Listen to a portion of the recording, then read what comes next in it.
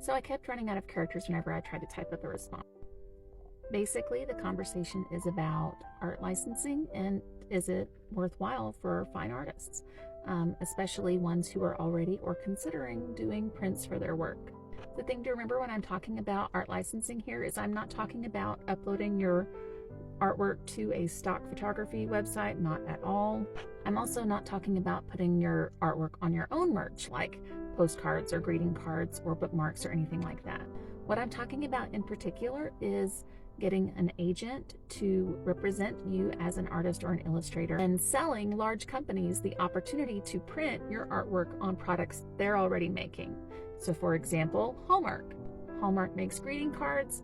They need artwork to put on those greeting cards.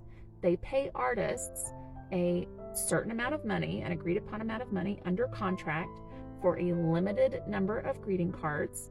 And when that number is sold or the time limit is up on that contract, you go your separate way.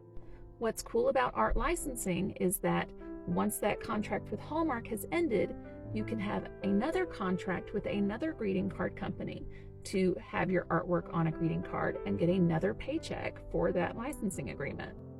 Also, while the contract is open with Hallmark for greeting cards, you can have a separate simultaneous contract to have that artwork on a different type of product for like puzzles or something, and still get paid a separate paycheck because it's a different medium, a different company, different everything, different contract.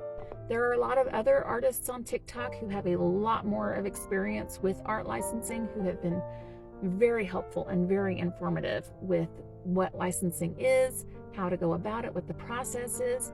But that was just the basic information, and I think it can be really helpful to artists who are looking for ways to expand their revenue streams.